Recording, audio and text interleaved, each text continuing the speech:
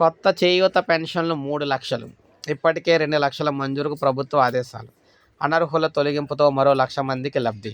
తెలంగాణలో 3,00,000 మందికి కొత్తగా చేయూత పెన్షన్లు ఇచ్చేందుకు రాష్ట్ర పేదరిక నిర్మూలన సంస్థ సన్నాహాలు చేస్తుంది. ఇప్పటికే 2,00,000 మందికి మంజూరు చేయాలని గత బడ్జెట్లో ప్రభుత్వం నిర్ణయం తీసుకుంది. మరోవైపు లైవ్ అథెంటికేషన్ ద్వారా 1,00,000 మంది అనర్హులను గుర్తించడంతో వారి పేర్లను తొలగించి ఆ స్థానంలో కొత్త వారికి మంజూరు చేయడానికి సమాయత్తమవుతుంది. కొత్త పెన్షన్లపై కసరత్తు చేస్తున్న క్రమంలో ప్రస్తుత లబ్ధిదారులు చాలామంది అనర్హులు ఉన్నట్లు సెర్ప్ గుర్తించింది. 63,000 మంది మరణించినప్పటికీ వారి పేర్లపై పెన్షన్లు కొనసాగుతూ ఉన్నాయి. 27,000 మంది లబ్ధిదారులు ఆచూకీ లభించలేదు. వారి పేర్లపై ఎవరైనా అక్రమంగా పెన్షన్లు పొందుతున్నారా అనే అంశంపై కూడా విచారణ జరుగుతుంది. 5,000 మంది రాష్ట్ర వెలుపల నివసిస్తున్నట్లు గుర్తించారు. వీరిలో పలువురు ఇతర రాష్ట్ర ప్రభుత్వాల సంక్షేమ పథకాల ప్రయోజనాలు కూడా పొందుతున్నట్లు ప్రాథమికంగా తేలింది. 700 మంది లైవ్ అథెంటికేషన్కు సహకరించకుండా పెన్షన్ కొనసాగింపుపై ఆసక్తి చూపించడం లేదు. దాదాపు 12,000 మందికి ఆధార్ వివరాల్లో సమస్యలు ఉండగా 33,000 మంది బయోమెట్రిక్ ధృవీకరణలో ఇబ్బందులు ఎదురయ్యాయి.